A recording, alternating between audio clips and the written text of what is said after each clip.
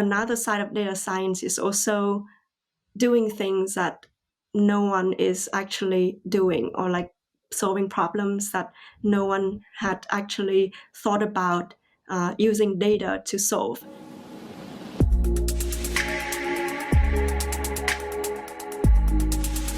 This episode of Ken's Nearest Neighbors is powered by Z by HP, HP's high compute, workstation grade line of products and solutions. Today, I had the pleasure of interviewing Thu Vu. Thu is a data science consultant with 5+ years of experience in data analytics and data science.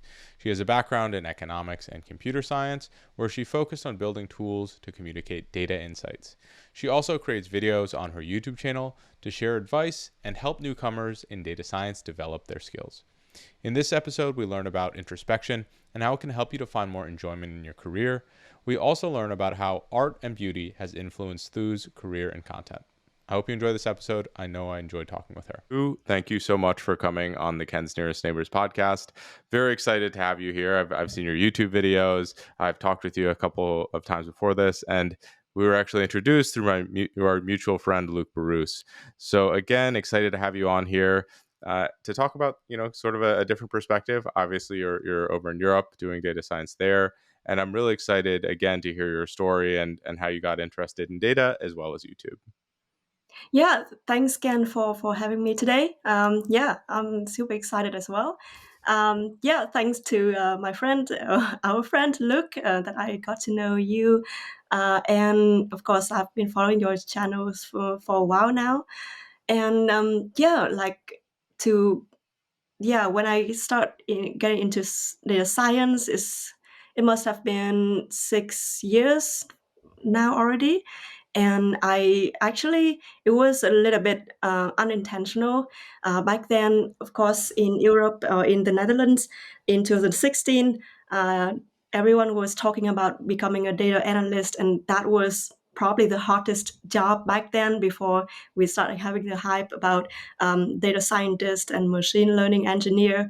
And so 2016 was when I graduated from my master's program. So I studied economics, and also in my bachelor, I studied business and economics.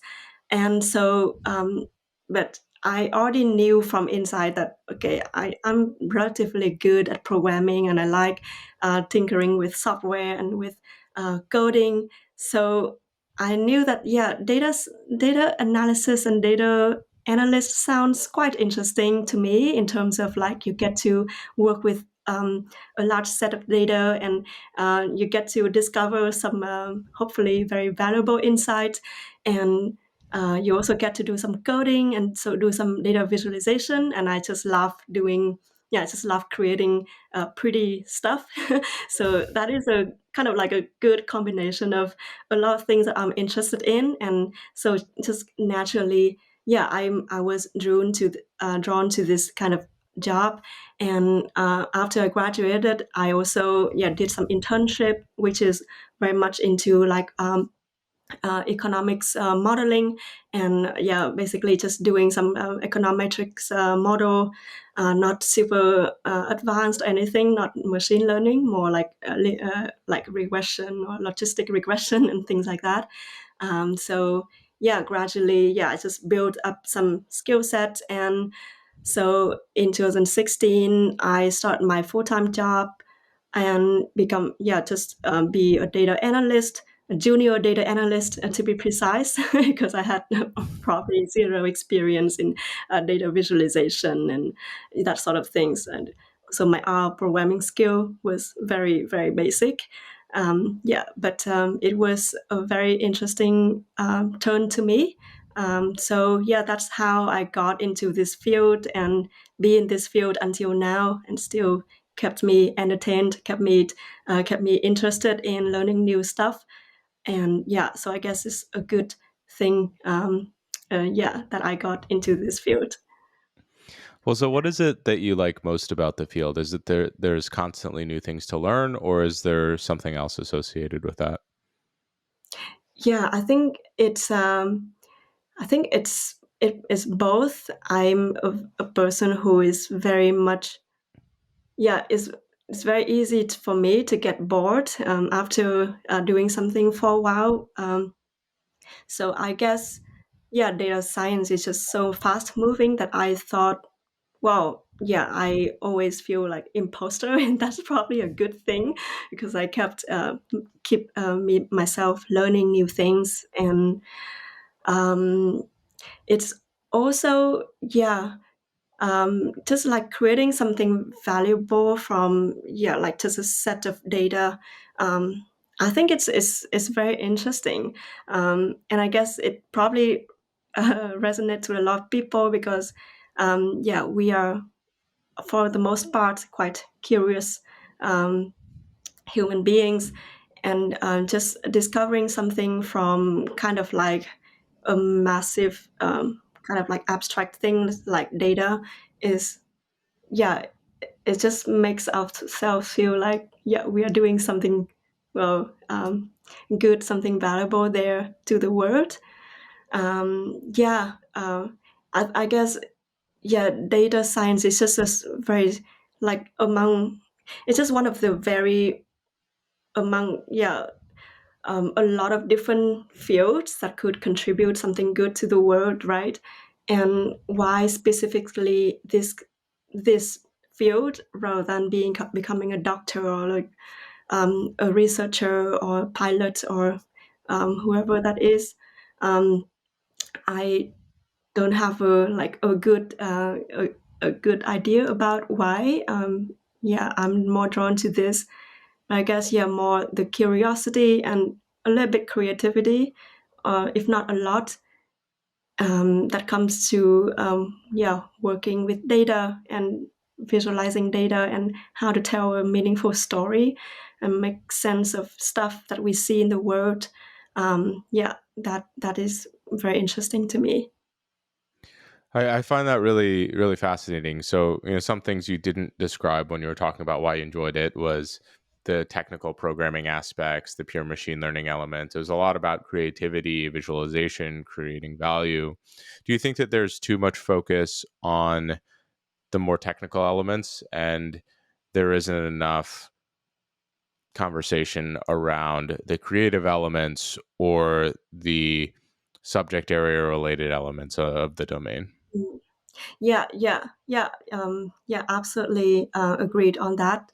I also think that there have been, yeah, too much focus on learning technical skills. I also see on my YouTube channel a lot of people asked about, okay, how should I learn Python, or how should I learn SQL and things like that. And of course, it's where you probably where is probably the best start, like the best place to start, right? To learn some, yeah, tangible skills that you could, yeah, you could do something with it, programming something or make a model or create a data model or whatever with, yeah, the SQL and the backend things. But I think, yeah, I don't think that it is the core of doing data science. And from my experience, also, yeah, I was, yeah, at my job, I was, yeah, always, I had always some feedback from colleagues that, like, oh, you're hiding too much behind your technical skills, but you really need to like think about the business problem and to ask the question why we are doing this thing, and how to approach it, and to understand, okay, what the business actually wants, and want, yeah, what kind of questions is the good question to ask. Those kind of things I also previously, I also neglected it. I just like, okay, someone asked me a question and I just give them what they want, do analysis or make a machine learning model or whatever it is. But I didn't think about, oh, is it a good question to, a good problem to solve, and is it really the problem, or is it something else? And so, yeah, the domain knowledge and the things that are really really important, I think, yeah, it is a little bit like often on the blind spot of, yeah, data, yeah, doing data science, because it's very very, yeah, it's not easy to quantify. It is very, yeah, domain specific, and it is very people specific. Yeah, so I think like technical skills are good, but it's not everything. And more focus should be on the soft side of the problem. That is to be creative and to be, yeah, think out of the box if the question is actually a good question to answer. So, is the question a really good question to answer? I think that that's something that is really hard to teach, right? It's really hard to teach someone to ask good questions. It's really hard to teach someone to think critically. It's really hard to teach someone, in some sense, to make a visualization more beautiful or more compelling or something along those lines. And that goes all the way back to when they're learning it, right? Technical skills, some of them are I mean, they're technical, some of them are difficult to learn, but it's a very straightforward path to learn technical skills. You have resources that say, hey, you learn this, you learn this, you learn this, and it's very well laid out. To learn the softer side of skills, it's a lot more difficult to quantify. And I think that that makes it intimidating or it makes it harder to measure. And that's why people focus significantly less on developing those, because the way that we measure them, the way we evaluate them is so much more crude in some sense. Again, Yeah, that's not to say that they're less important, but it just means that they're harder to measure, which I think for some people is really terrifying. But we also have to remember that in the real world, when we're talking to people, we don't quantify everything. You know, when we're in an interview process, when we're solving one of these problems, not every step is quantified.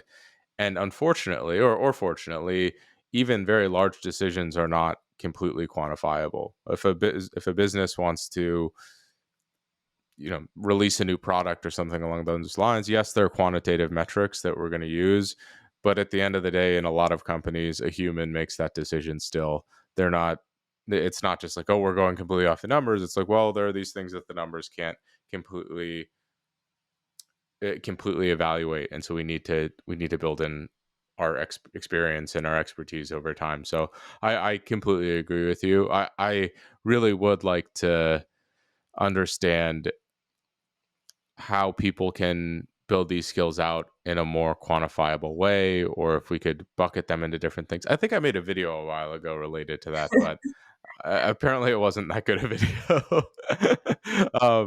To be able to add more insight into that. Let's change gears a little bit and talk a little bit more about value and creating that with your work. So we've talked offline quite a bit, and you have a real focus on trying to do good with data. Can you explain to me a little bit more about what that means? yeah. So it is a very good transition to this to this topic, because I think, yeah, part of understanding the domain and understanding um, the right question, I think, yeah, it would help us a lot with like knowing how to solve real world problems that are like meaningful. And in a way, a lot of us, yeah, being a data scientist or data analyst, we are contributing somehow to, yeah, to the business, right? We are creating insights like about the sales, about, yeah, like the default of the customers for our company. However, yeah, I also think like there's probably too much, um, probably like there's too much focus on that side of data science. But another side of data science is also doing things that no one is actually doing, or like solving problems that no one had actually thought about using data to solve. And I think, yeah, that is something I guess, yeah, people who know about the about data science and also have a little bit of knowledge on a specific field, I think we could try a little bit harder to reach those fields that could do so much better, or could solve so many problems by just using a little bit of data insights. Like 2 years ago or 3 years ago, I did a hackathon with some of my colleagues. So basically, we met up with a group of doctors from a university here in the Netherlands, and we try to help them to dive into that huge sequencing gene sequencing data of their clients. So they are like all lung cancer clients patients, and they the doctors was trying to basically to find a way to look at the data and to be able to signify if a patient is having the more the bad type of cancer, or a good type like the malicious one, or the benign type of cancer. And so we tried to do it in like 2 nights or 2 days and 2 nights, and we didn't really sleep, and it was really fun. And in the end, we got some really really interesting stuff with it. And we didn't actually do any machine learning, but more like EDA, and really like rigorously looking at a lot of different genes, a lot of from a different angles, so that in the end we got some really interesting stuff coming out, and it became a paper, academic paper after that. So I think, we could probably get out of our way a little bit more to solve these problems that we have absolutely no idea, but we could use the domain knowledge of some people, and collaborate with them, and to be able to work together to solve that problem. And it doesn't need to be like a fancy machine learning model or deep learning neural network model. It could be very simple, and in our reach. And so I think that is probably a case for me to say, oh, we haven't really done a lot of good things, or I would have liked to do more of that myself, to just to contribute a little bit more to the fields that are not very very mature yet in using data science to solve their problems. That's awesome. It's interesting. I haven't seen that many ways to be able to do that outside of Kaggle. I recently put together, I was looking for additional resources on where we could find some of this data, and some of it's available through the FAO, which is I can't remember, it's by the UN. They have a lot of agricultural data, a bunch of these different things. And a lot of it is government released data, but a lot of it isn't very cleanly organized. I'm Yeah. surprised that there aren't a lot of nonprofits that I've found that release their data publicly, which I think would be a really, really valuable thing for them to produce. Do you think the best way to find these things is maybe through Kaggle, through hackathons, through something else, or is there a channel that I'm forgetting? I think like looking at it online, I think there are so much data and so many free data sets that you can find online. However, I think it's a little bit difficult, because even if you get to work, you found a very nice data set, or like interesting data set, but if you don't know that field very well, then it's also kind of like hinders you from actually be able to like to exercise your data science knowledge, because you don't know what to look at, what is important, even like what kind of questions you should ask on this data set. So I think like it's best to talk to people. Hackathons would be very very a nice a nice way to get to meet a lot of people from different backgrounds. However, I think if it's too difficult, or if it's like during COVID, for example, we couldn't really like participate in those kind of activities, then I think just maybe like contact the local organizations near your place. Um, in Amsterdam here, and also in some other cities, there are a lot of organizations like agriculture organization, or like auction house, and all that kind of places. And yeah, I haven't really done that myself, but I thought, well, if I were to make a portfolio project for myself, I would probably go like a little bit like an off the beaten track, to just to cold email, or to call those organizations and see what they respond like. I think if they can share the data and if it's not very sensitive, then I think yeah they would be willing to share those kind of things if you are doing something good with it. Yeah, so that's what I'm thinking. This episode is brought to you by Z by HP, HP's high compute, workstation grade line of products and solutions. Z is specifically made for high performance data science solutions, and I personally use the ZBook Studio and the Z4 workstation. I really love that Z workstations can come standard with Linux and they can be configured with the data science software stack. With the software stack, you can get right to work doing data science on day one without the overhead of having to completely reconfigure your new machine. Now back to our show. That's awesome. That's a really cool idea for a hackathon, is where everyone has the same data set, but each team gets access to people within an organization to ask questions related to the domain. I would really like to see that. That to me, I think would Yeah, make a really interesting project. Maybe it's a little bit longer than just a couple days. Maybe you make it a week or so. But yeah, if maybe we'll do something like that with a couple of creators. We'd love to get you involved. We'll see. We'll see. I have a lot on my yes, plate this year, but maybe early next year we'd be able to put something together along those lines, because I think that creates a lot of value, and it gives a lot of people the opportunity to potentially tackle a global problem.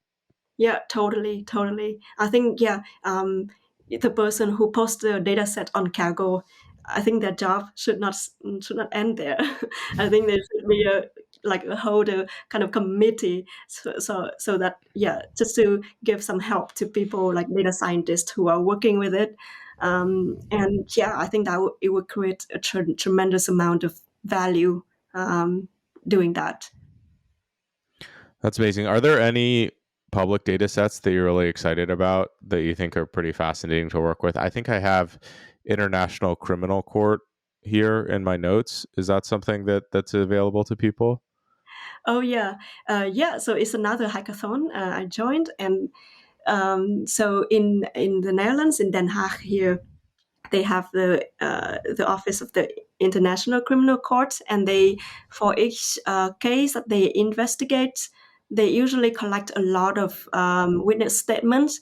Uh, about like for example, they might interview people who live near um, where this terrorist attack happened, and so they just collect a lot of statements about yeah how it happened. Like, did you see any suspicious people around and stuff like that? And so they asked us basically to use those statements and use NLP or whatever have we have in our arsenal to like make sense of it in a more effective way, because they had to like the analysts have to spend days to read through those statements, and usually it's very long, like probably like 5-10 pages for each of those. And so yeah, it's a very interesting case. We couldn't really do a lot of good things with it, unfortunately, because it was a like yeah, it's a 2-day hackathon, but for most of that 2 days, we were like trying to figure out. Okay, the data is a little bit messy. We don't have enough statements to work with, so we couldn't train any model. Um, Using pre-trained model is not really suitable because yeah, the witness statements are a little bit like yeah, very particular, very different. The English, yeah, the English of some witnesses, they are not really even good. So we were really struggling with that case. But that yeah, if we could use some kind of like entity as yeah, entity or relationship extraction from that kind of data set in an effective way, that would bring so much more value, and people could immediately see okay, what is the common kind of like object that people were talking about, and it will really speed up the understanding, and they can see what they should focus on. Yeah, so it's another case, but we didn't really succeed. And I guess well, it's a lesson learned that yeah, if we don't have enough data, we don't have enough resource to actually tackle that problem. It's also yeah, like a false promise to use data science. Yeah, I think that it's important to know when data science isn't going to be as useful as you might think. I mean, we think of data Yeah, science a lot of the time as a cure all, and yeah, unfortunately in a lot of organizations that's just not true. We try to do the best we can, but sometimes a machine learning solution isn't necessarily the best solution. And so let's talk about maybe data analysts versus machine learning and working in across those domains. Can you tell me how you went from your junior data analyst position to the role that you're in now? And then I'd love to hear about maybe what's next regarding your professional career. What interests you the most? yeah. Yeah, good question. For the question of like the future, I would talk a little bit more about that. But yeah, um, things are not clear cut to me at all. Even if I get to this point. So yeah, for my role as junior data analyst, I moved to my work at the moment, that is yeah, doing data science consultant for like big four company. So things sounds fancy and great. But yeah, actually we, yeah, I just do all kinds of different things. And um, it's just like a very like a yeah, like it's not really a linear process, but more like, yeah, you just keep accumulating those kind of technical skills and all these experience working with in a lot of different projects, and you just gradually um, yeah, just yes, all of a sudden you feel like, oh, yeah, you know to do a lot of things. um, yeah, I went from learning yeah, basic R programming to doing some kind of like, yeah, learning Python, learning SQL, learning JavaScript, because I was also into doing data visualization and like a more customized kind of visualization. And also like, yeah, I learned machine learning like a year later when I after I started my job, taking some courses on Coursera, like a lot of courses actually. um, and just gradually I just built more confidence, and now working in my job now, we just have so many projects, we can do so many things. Yeah, in my whole career I probably only done, yeah, two or three really machine learning projects. So two projects, two, yeah, creating two productionalized models. And yeah, that is basically it. It's not a lot of machine learning out of like probably 15, 20 projects that I've been involved in throughout 6 years, 5 years, 6 years. Yeah, so in a sense, I feel like, yeah, machine learning sometimes is a little bit overrated. Um, yeah, not like we always have such a good amount of data to do machine learning with. Um, Sometimes it's a bit overkill. Uh, yeah, the clients that I worked with have been like only, yeah, the bigger clients that have enough infrastructure to actually productionalize a model. um, but other smaller companies, usually they, yeah, they value more like the kind of like short term kind of insight. And so yeah, data analytics, data, yeah, dashboarding, kind of like data analyst kind of role would probably be enough.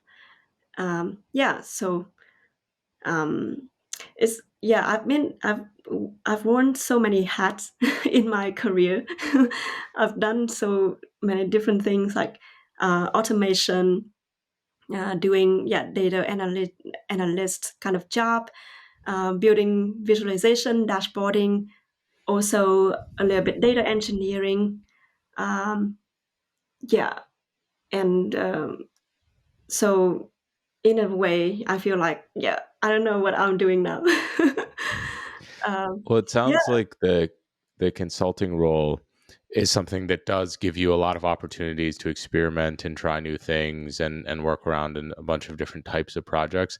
I think that that's pretty uncommon for a lot of the data work that a more traditional data science role is doing. I mean, if you're at a very big company, you're probably working on one specific project a lot of the time. If you're in a maybe medium sized company, you'll probably have two, three projects a year, or it depends on the nature of the products. It might be more than that, but you're working largely with similar data within the same domain. How do you deal with jumping around to so many different subject domains very, very quickly? Yeah, yeah, that's a good one. I think, yeah, it boils down to like you always have a little bit, yeah, in my job, you just have some pressure to like keep moving. And once, even like before this project ends, another project has already started, and you just have to quickly, very quickly read up about it, and to sometimes ask colleagues to give a crash course on, like insurance or banking or pension or whatsoever.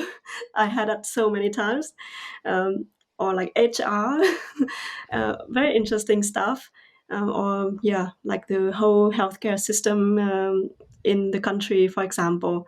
And yeah, I think it's just all about keep an open mind, what you can learn and what, yeah, have a like a confidence that you can learn anything. Like nothing is rocket science. Yeah, even though there are some rocket science out there, but for the most part, you can understand basic things. You can, yeah, just even on the surface. But if you have the basic rights, that is probably enough to do your, yeah, data science job. And just really keep asking questions. This is one of the things that I learned. I learned it my hard way. Sometimes I just, okay, I thought I can just read up about it myself. I can, figure out, like I can just go on Google and ask, yeah, and to read about this and that. But actually, it is really not an effective way to learn.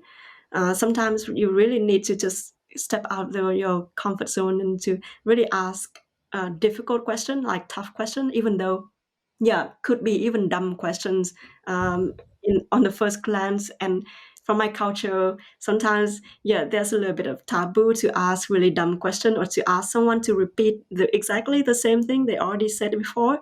But it is really a crucial step, I think, to get things right.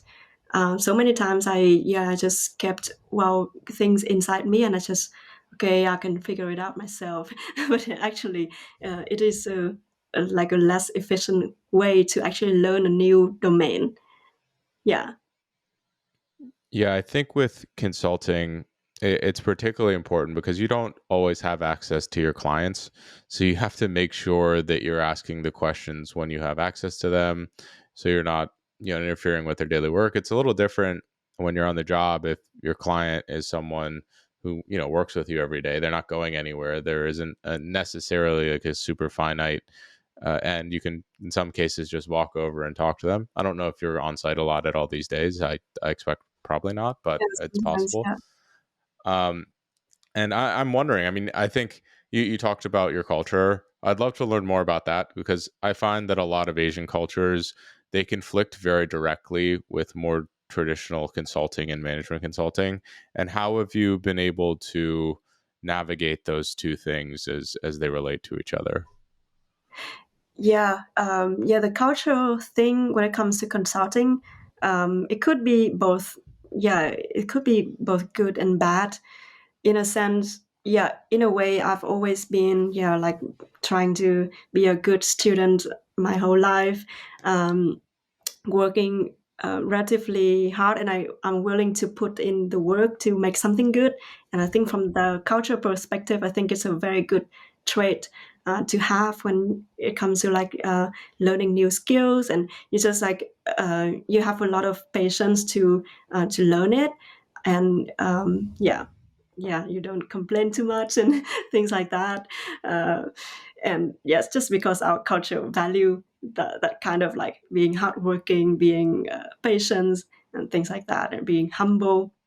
But when it comes to, yeah, understanding the business question and really, you know asking questions, at least from my experience, that cultural perspective hasn't really been very helpful because if you are afraid of asking questions, then or you're feeling you're afraid of losing your face because you ask a very very stupid question in front of many people or like important people from the client, for example, then yeah, it also hinders you as a as a person who are doing this job. And yeah, from so far, yeah, I've learned a lot through my work that yeah, this is something that is important to to be aware of. um, yeah, but it's a good start to already like to think about it and to to say, okay, I'm not, why am I not asking this question? Is it because I am afraid of something? Yeah, or because yeah, like I'm trying to hide my stupidity or something like Yeah. that. Yeah. Yeah. Well, I forget who told me this. They asked me, what's worse, a stupid question or a stupid answer? And a stupid answer, I think most people would agree, is worse. Mhm. Yeah. But if you don't ask the stupid question, the answer you give to a client will probably be a stupid answer. And you don't want to do that. That looks way worse on you than not asking the silly question and just Exactly. leaving it and letting it like grow and fester into into a bad Mhm. solution that you've created. So I think that if we think of it that way, you don't want to I think the only way a question is bad is if you haven't done your homework or it's not well researched. If it's Yeah. something that you can't necessarily research because maybe it's jargon. Maybe they're using an acronym that you're like, what the heck is this? That's not a Yeah. stupid question. That's something that like, okay, this is yeah, exactly. Um, you know, I'm interested. I mean, you've jumped around a lot. You work in a lot of different domains. Do you like your job? Do you like the domain? There's something we've talked about offline about, are we just following a trend into this domain, or once we get there we have to think about you know a lot of different things after we've been in the field for a while? How do you Yeah. how do you feel about that? How do you feel about this career? Yeah, I've been thinking about the same thing. Actually, yeah, when I first got this job, I was so happy. I was like riding my bike and like singing, "Oh, I'm becoming a data analyst" and stuff like that. Back then, I didn't really think about the trend and all this a lot and how it affected my decision. But now, as I am in this field for a few years now, start thinking, yeah, harder about okay, yeah, it's an interesting job. It is, but is it really indeed like? Do I really love it? Do I really see myself doing this for the next few years? And am I making a good decision to stay instead of doing something else? Yeah, that is very very.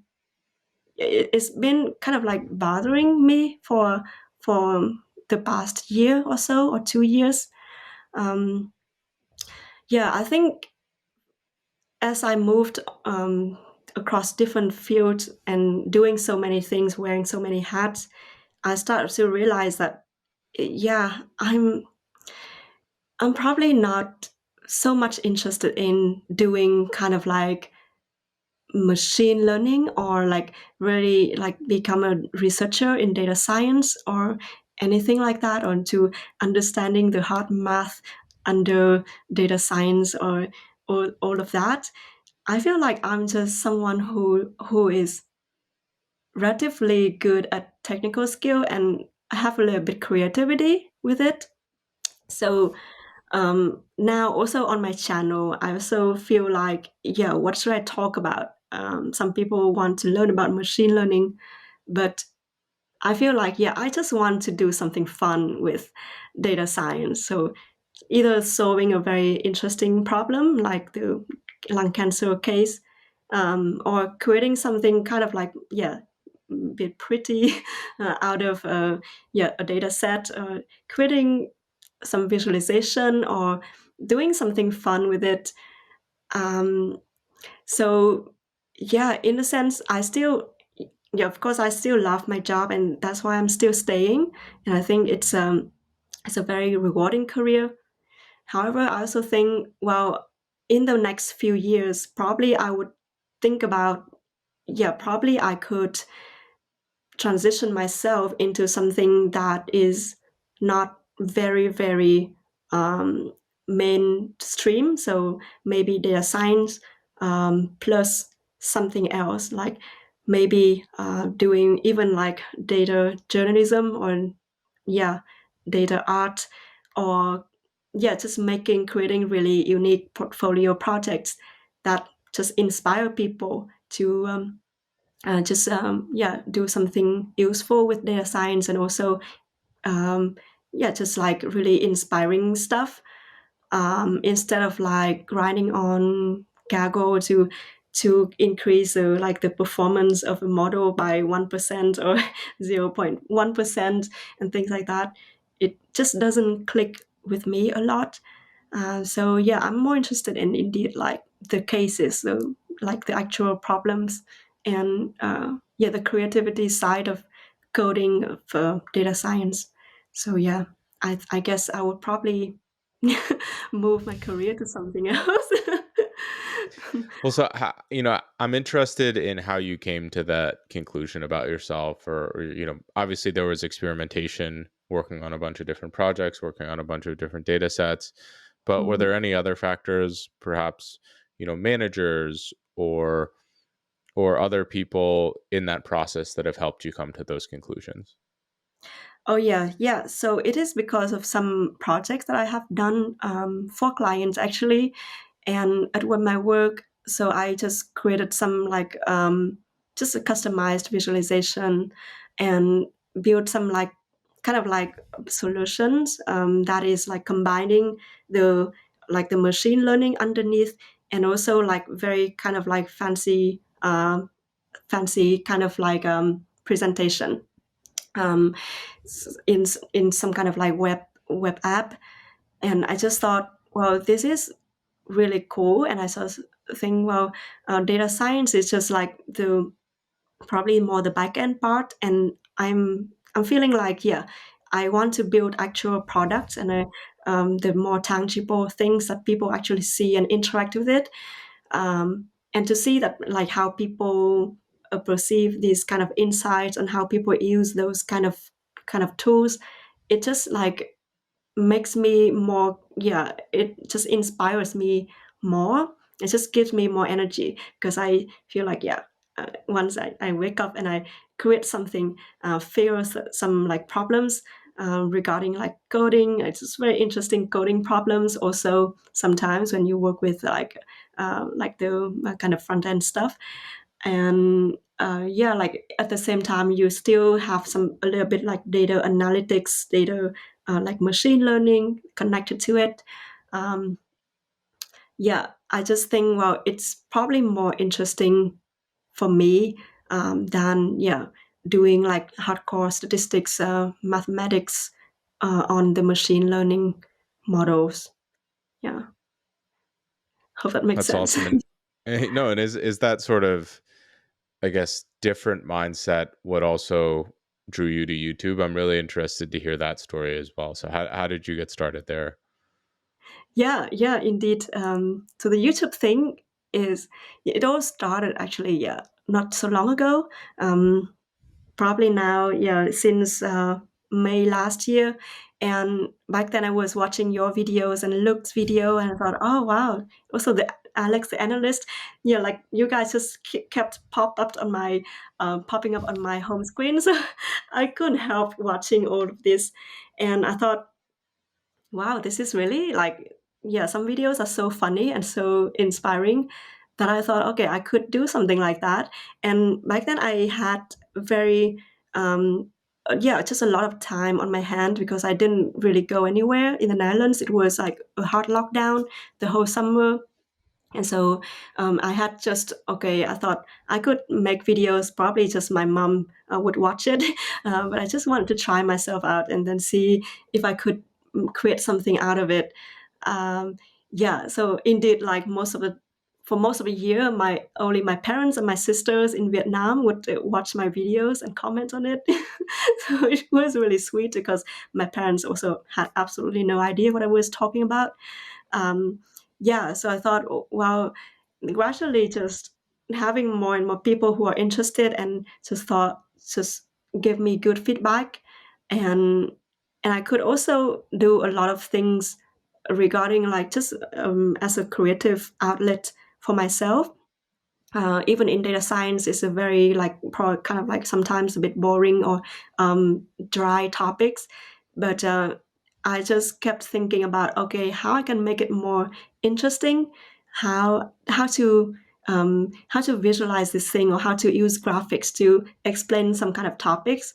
And that really like intrigued me, and I just thought, okay, this is really cool. I also love like doing video editing, so that is like a good combination for me, to kill my time. But actually now it kills more of my time than I would have hoped for. Yeah, so that's a thing. And yeah, back then I had a like a kind of like ambitions to combine painting, or like what I call like visual art, with like explaining hard topic.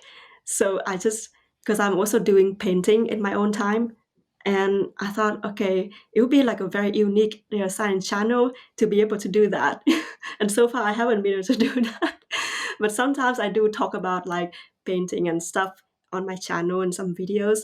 um, it is very hard to actually marry the two things, like your hobby and the data science. And as you do in the channel, I think you have really succeeded in doing that, and find the right audience who are interested in sport and data science at the same time. But for me, like painting and art and data science, I feel like it's a very hard marriage to make. But yeah, so far I've been trying some like stuff on my channel, and some people really liked it. So I think I'm doing something good there, in terms of like using some more like editing some creative elements on the video. Yeah, so that is how I got into this. Yeah. That's awesome. How long have you been painting for? Around 3 4 years, I believe. Yeah, That's awesome. mostly. Yeah. Yeah, I'm not very good at it. So I tried to sell my paintings on on Etsy, and the only person, or like two people who bought it, one is the mother of my ex-boyfriend, and the other one is someone in the US. I don't know. So at least I have some comfort. That's like I could think of myself like, okay, my painting is not that bad. So That's I'm good at amazing. Well, yeah, it's really impressive how high production quality your videos are. So something Luke and I talk about is, yeah, how you sort of came on early and you were able to make really high quality videos very quickly. How did you pick up the editing skills, the camera skills, and those types of things to be able to create these videos? I'm always interested, obviously, in skill acquisition, and I'm wondering what your process was there. Yeah, yeah, a lot of people, also my colleagues, also asked me about, okay, how I made videos. Yeah, I had never used a digital camera before. Before I made this channel, I just bought the camera just to like practice, and also zero editing skill. But actually, yeah, I just felt like, yeah, I just feel like I pay attention to the things that I want to learn. Like once I want to learn something, if I watch like a 2 hour video, I would watch it like the whole video. It's just like my attention span somehow just like really like just like a genius, and it's just like I just kept watching a lot of videos, tutorials, and just do it myself. Actually, my first 20 videos on the channel was edited on my iPad, on the iPad Pro. So it That's was really awesome. nothing fancy. um, but yeah, there's just so many things that you could do with what you have, and I think it's not about having the like fancy gear and software, but more like how you just think about putting yourself in the in your viewers shoes and see, okay, what could be interesting to put on here. Of course, the lighting and the audio, everything. I've only figured out the audio completely very recently, and Luke has been like kind of like, oh, you need to improve your audio, and I was like, okay, I would try to do that. So it's a very messy process for me. um, I'm way more messy than seeing Luke's process when he where it's just like have like a full script of like everything, like thumbnail and title and everything. Like I've always been very messy, I guess. I just write a big chunk of text, like with no really like no paragraph, and just like try to chunk everything together. um, Title and thumbnails, I'm very bad at that still. That's why it hasn't really grown very fast. Um, yeah, so I would say just like being curious and willing to learn, like seeing some people who do something that you like, and you just remember it, and you just try to find out how they did that. Just watch a lot of YouTube videos as well, and because I think that the input is really important for the output as well. That's awesome. I think I've learned from meeting a lot of the creators that everyone sort of has their own process. And it's not about copying someone else's process, it's about refining what works for you. And of course, you can borrow from other people, but the way Luke does something, the way Tina does something, and the way you do something is not going to be necessarily what works best for me. And Yeah. there's some sort of, just like you're finding your way through the data domain and figuring out what you like and what you don't like, almost everything in the world is like that. Every process is, okay, how do I approach this? What works the best for me? How do these other people approach it? Can I borrow something from how they do it? Yes, great. No, that's okay. And move on and continue to learn. So I really like the overarching sort of message associated with that. Those are all the questions that I had for you. Do you have any additional thoughts? Where can people reach you and learn more about you? Yeah, I think like one of the things that I forgot to share as well, like what I learned from actually, Luke told me like long ago, was that you should try to be be different is better than better, and I think it's a very very good advice, not only for like for us as like content creators, but also in our data science domain or field. I think it's really important to really know your strengths and know your what is the unique combination of your skills and domain knowledge that could potentially help you progress into this field. And so I think like being different is very very important in the world today. um, Being a little bit better probably doesn't pay off so much, but being different and make a good choice based on your insights is so even more important. And sometimes choice is more important than effort as well.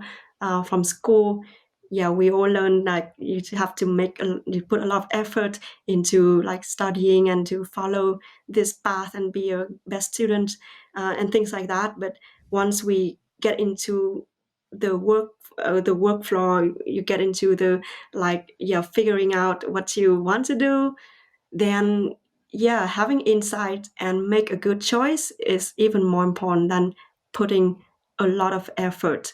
Sometimes, make a good choice in terms of like um, talking to this person, reaching out to this person, or like get out of your way to get involved in some particular projects that you always want to do. Um, and things like that. I think it pays off much more than trying yourself to make a lot of effort and just hope that something will happen.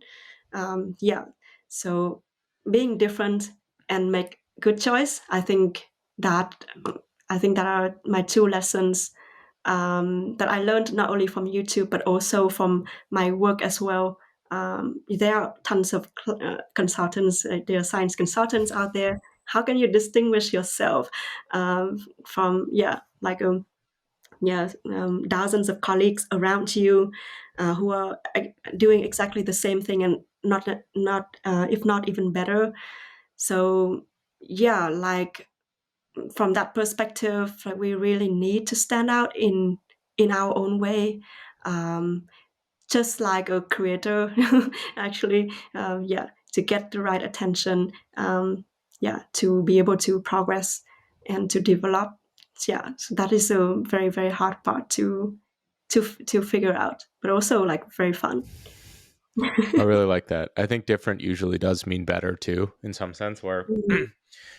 if you're different, you're playing in a smaller circle. You want to continually make smaller playing fields for yourself to succeed.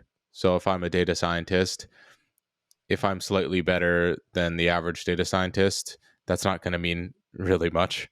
But if I'm a Yeah. data science, for example, YouTuber, right, where there's maybe 150, maybe 200, I really don't have a count. If I'm slightly better there, that means that a lot more people are watching my content, a lot more people are interested, Mm. whatever it might be. And that's also sort of a collaborative space, maybe not the best metaphor, but the smaller circles that you can associate yourself with, the more you differentiate there, the more likely you're going to stand out because there's just less people to stand out against. And Yeah. I think Luke and your description there sort of nailed that on the head. Yeah, yeah, absolutely, absolutely. Yeah, and that is a very smart strategy, actually. Yeah, just to navigate around this field, and also like just to become something that you actually want to become instead of like fitting yourself in this kind of like huge category of titles of data scientist, data analyst, or whatever. That really, that doesn't make us feel fulfilled, and also it doesn't really like exercise all of the potential that we actually have. And so yeah, absolutely agree. Amazing stuff. Thank you so much, Thu. Everyone watching, definitely check her YouTube channel out. I think you're also on LinkedIn as well. So I'll put all of those links in the description. Yeah, thank you so much, Ken, for having me today. It was really fun chatting about all of these topics that we don't usually talk about. Yeah. Thanks a lot. Amazing.